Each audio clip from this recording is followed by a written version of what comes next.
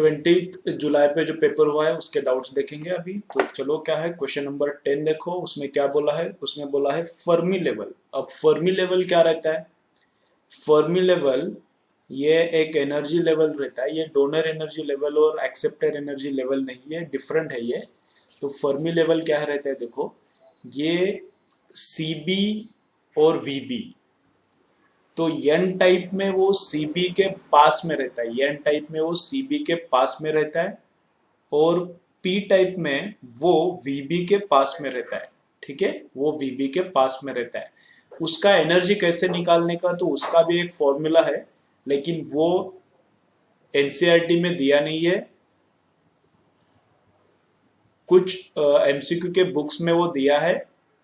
ठीक है, तुम्हें चाहिए तो वहां से वो पढ़ सकते हो, या फिर गूगल पे सर्च मारो, उधर भी मिलेगा। लेकिन मुझे लगता नहीं जरूरत कि वो तुम्हें फॉर्मूला रटना चाहिए।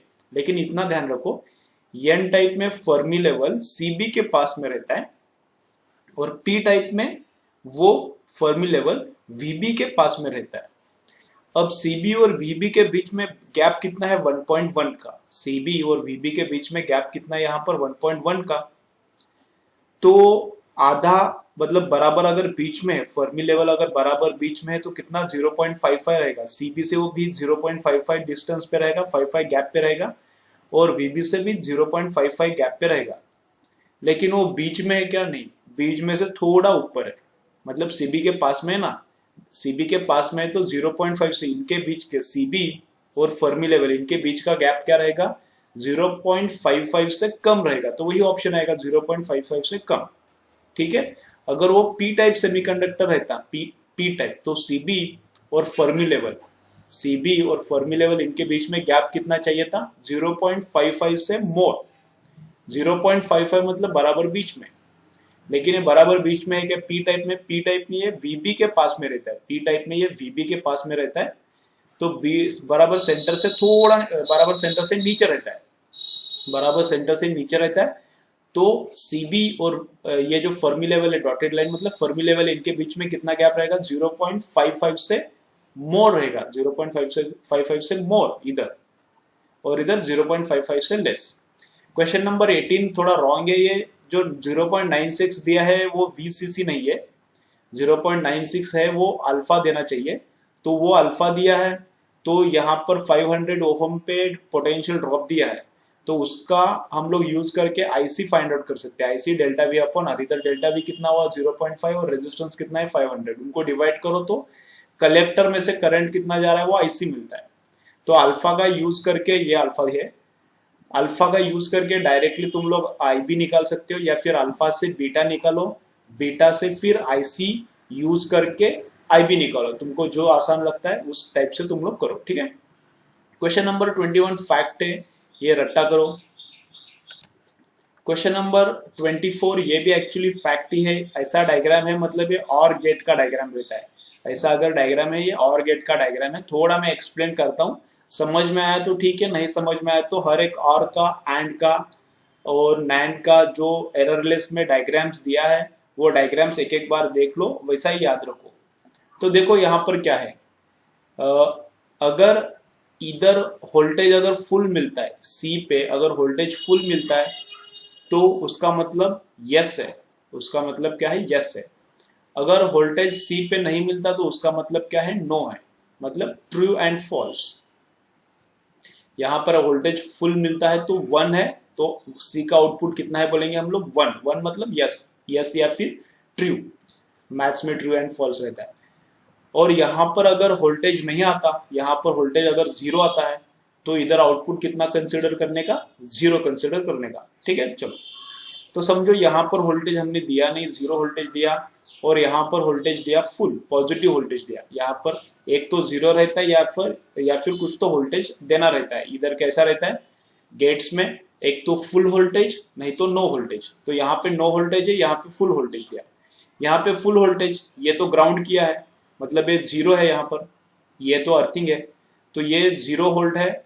यहाँ पर कितना बोल रहा हूँ मैं? समझो 1 वोल्ट दिया, कुछ भी वोल्टेज दे सकते हैं, ऐसा कुछ नहीं है।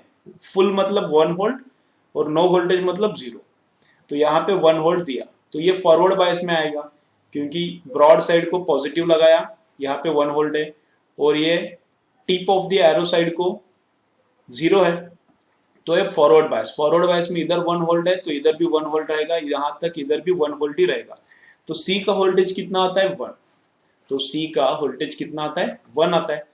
1 मतलब फुल, तो इधर फुल वोल्टेज मिलता है, इधर फुल वोल्टेज मिलता है, मतलब यस सी क्या है, सी का आउटपुट कितना है 1, सी का भी आउटपुट कितना है 1।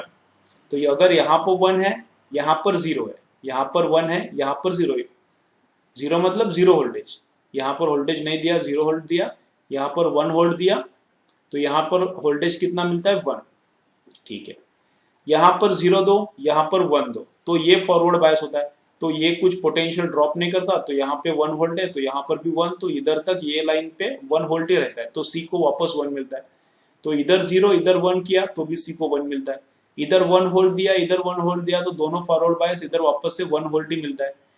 तो दोनों ऑन तो ये भी ऑन, ऑन मतलब 1, दोनों 1 1 तो ये भी 1, दोनों 0 0 मतलब दोनों को ऑफ किया, तो यहाँ पर वोल्टेज क्या है, इधर भी वोल्टेज दिया नहीं, इधर भी वोल्टेज नहीं दिया, तो इधर वोल्टेज किधर से आएगा, तो दोनों ऑफ किया तो ये भी ऑफ, दोनों ऑन किया तो ये भी ऑन, मतलब दोनों को वोल्टेज 1 1 दिया तो ये भी 1, इसका भी वोल्टेज 1, इसको 1 वोल्ट दिया, इसको 0 दिया तो भी ये 1, इसको 0 दिया, इसको 1 दिया तो भी ये 1, मतलब किसके जैसा काम कर रहा है ये, और जैसा काम कर रहा है। तुमको जो मैंने बोला वो समझ में आ रहा है तो अंडरस्टैंड करो, अगर नहीं समझ में आ रहा है तो डायग्राम सीधा रट्टा मारो, एंड का भी डायग्राम देखो और नैंड का भी डायग्राम देखो कैसा आता है, ठीक है।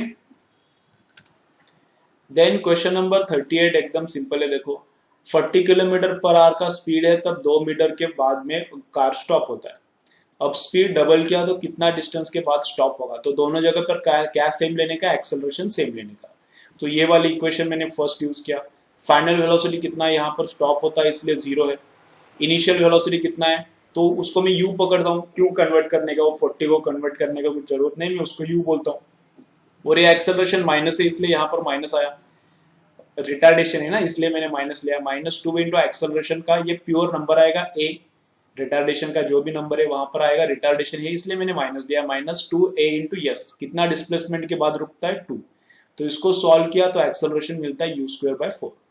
अब केस 2 में सेकेंड केस में भी फाइनल वेलोसिटी कितना है 0 है, इनिशियल वेलोसिटी डबल है ना, इधर u है तो इधर इनिशियल वेलोसिटी कितना है डबल है, तो 2u का स्क्वायर -2a यस, a कितना है इधर से वैल्यू पुट किया a, और यस कितना है वही तो निकालना है, तो इसको सॉल्व किया तो यहाँ पर मिलता है यस कितना 8 मीटर, तो आंसर 8 मीटर आता है।